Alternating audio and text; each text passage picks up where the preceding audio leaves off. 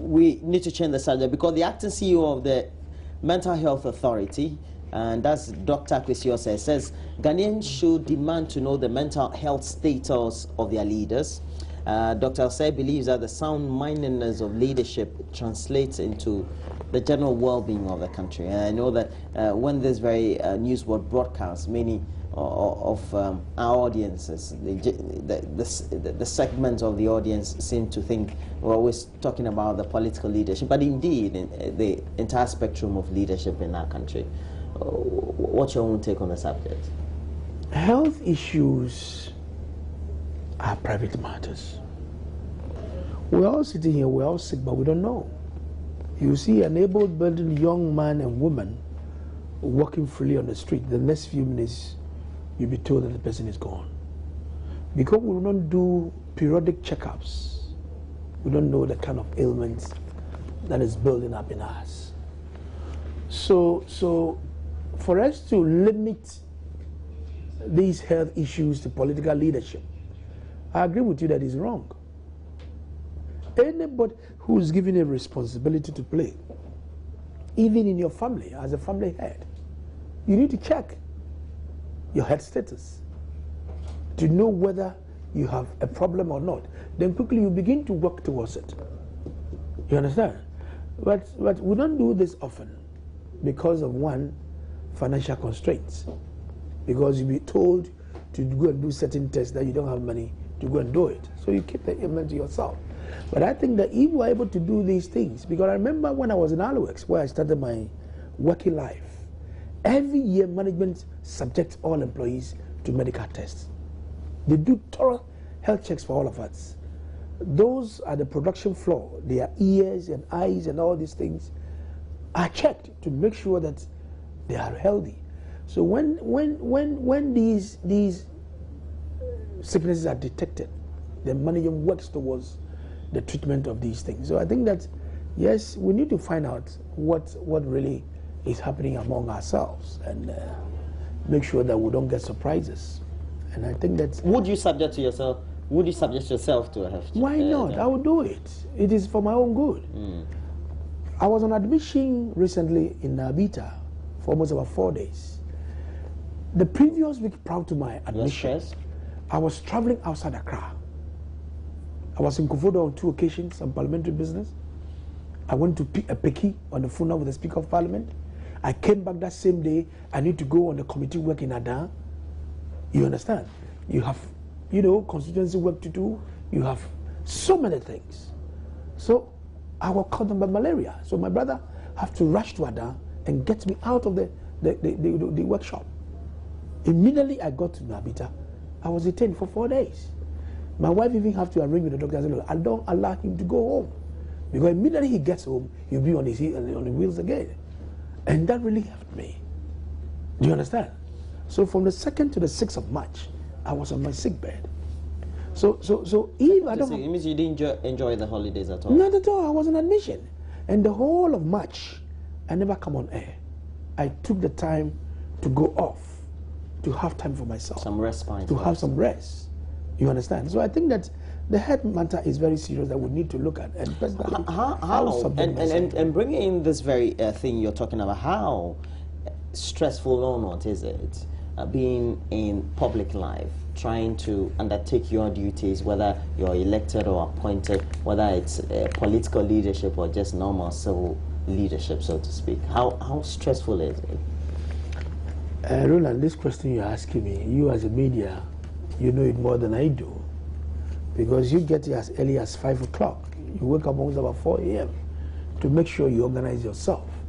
But I think that the job that we are doing as political leaders is so enormous. Apart from the appointment that we have, there may be certain interruptions, uninvited ones, emergencies that you need to attend to them. Some are financial. And all these things have a tone in your thinking cap, especially when you don't have anything in your pocket. And these pressures are coming. Yeah, the demand. MPs are supposed to be rich. I'm just watching the discussion that Mama V and the lady and gentleman were having, and it was so educative. You know, that whether the legislature has been, you know, doing our work well or been fair, but I think that useful or not. I don't think that me personally, I went public to make certain promises that I could not fulfill.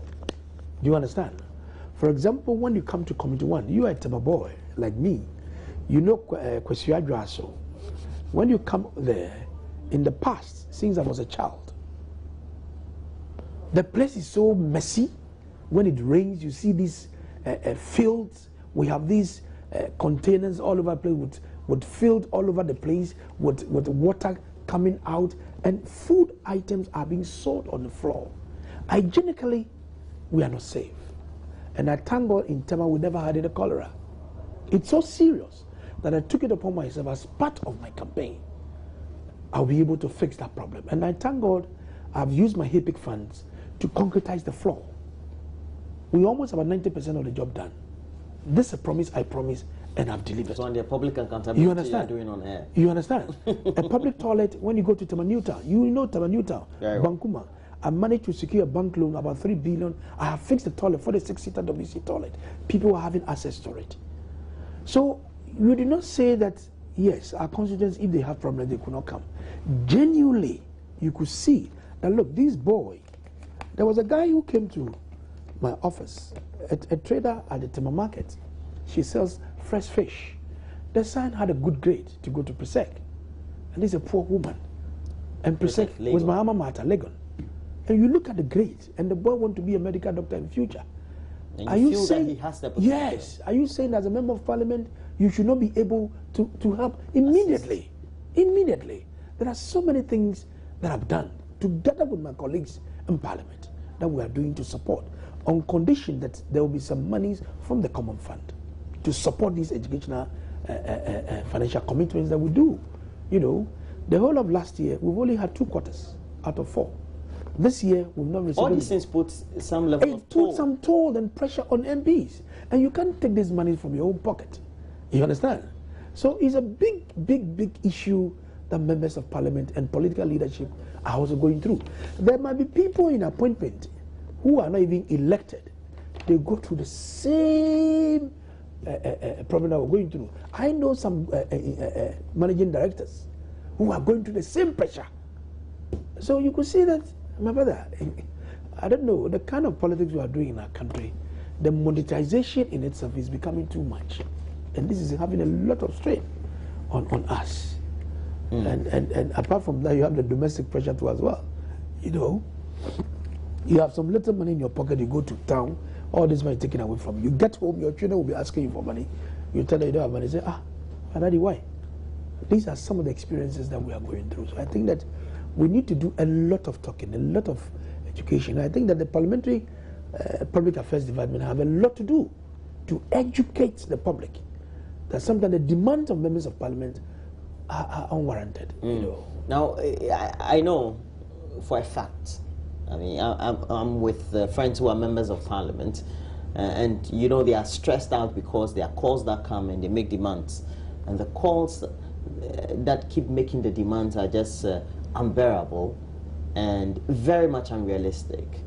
At what point can you feel that it's also partly a blame on the way you undertake your pre-campaign activities or your campaign activities before you're elected, and the content of the message that tend to come out that gives your constituent all those reassurances, or because perhaps since 1992 the norms have been wrong, and all these having a toll on your mental health? I can speak for myself, and like I told you, things that I cannot do, I wouldn't say it.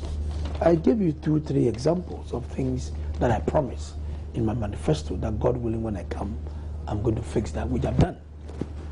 Because, for example... But we're not talking particularly only about you. No. We're talking about the generality, yes, of political office holders. Since I came to office, excuse my language, I don't think that any experienced politician will go public and say that he's going to promise heavens.